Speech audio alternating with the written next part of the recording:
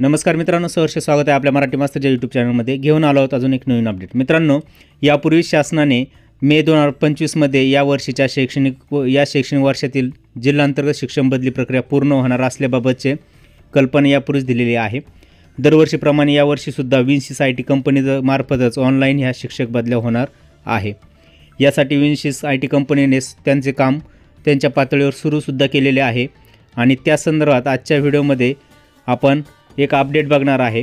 मित्रांनो, या सर्व बदली प्रक्रिया जी आहे त्या 18 जून 2024च्या शासन निर्णयानुसार होणार आहे, जो सुधारित शासन निर्णय आहे बदल्यांसंदर्भात. यामध्ये विन्सिस कंपनीने एक ग्रामविकास विभागाला ईमेल केला होता, ज्यामध्ये प्रश्न विचारला होता की मार्गदर्शन मागवले होते.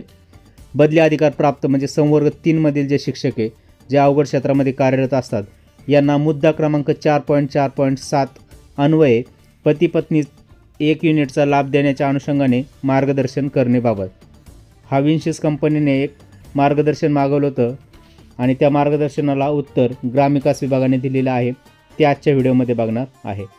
मित्रांनो, जे दुर्गम भागामध्ये ज्या शाळा असतात, अवघड क्षेत्रामधील शाळा, त्या शिक्षकांना बदली अधिकार प्राप्त शिक्षक हा संवर्ग प्राप्त होतो.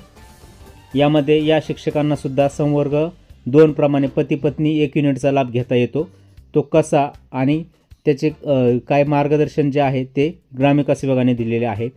मित्रांनो, ग्रामविकास विभागाचं म्हणणं काय आहे बघूया.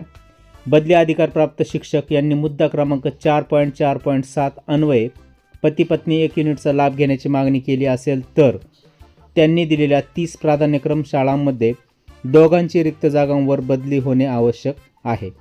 यासाठी एका शिक्षकाची बदली करता येणार नाही, त्यामुळे 1 युनिटचा लाभ मिळत नाही.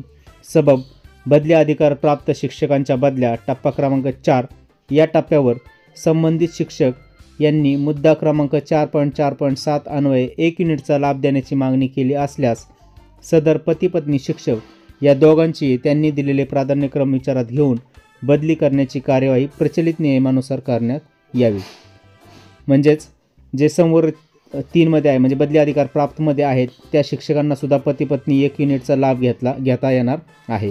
आता 4.4.7 काय आहे ते आपण प्रत्यक्ष बघूया.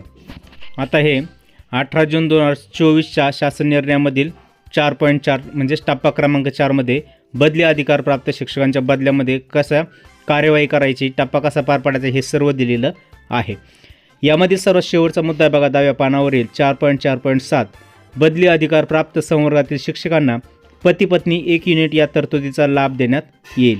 आणि ह्याच मुद्द्यावर अनुसरून विन्सिस कंपनीने मार्गदर्शन मागवले होते आणि त्याला शासनाने उत्तर दिलेलं आहे. मित्रांनो, अशा प्रकारे बदली प्रक्रिया स्टेप बाय स्टेप सुरू आहेत आणि लवकरच 1 जानेवारीपासून आपल्याला प्रोफाईल अपडेट करण्यासाठी वेळ मिळणार आहे. ही होती आजची अपडेट. व्हिडिओ कसा वाटला तेही कळवा. आवडला असेल तर लाईक, शेअर आणि सबस्क्राईब करायला विसरू नका. पुन्हा भेटूया अशाच नवीन अपडेटेड व्हिडिओमध्ये. तोपर्यंत धन्यवाद मित्रांनो. जय हिंद, वंदे मातरम, जय महाराष्ट्र.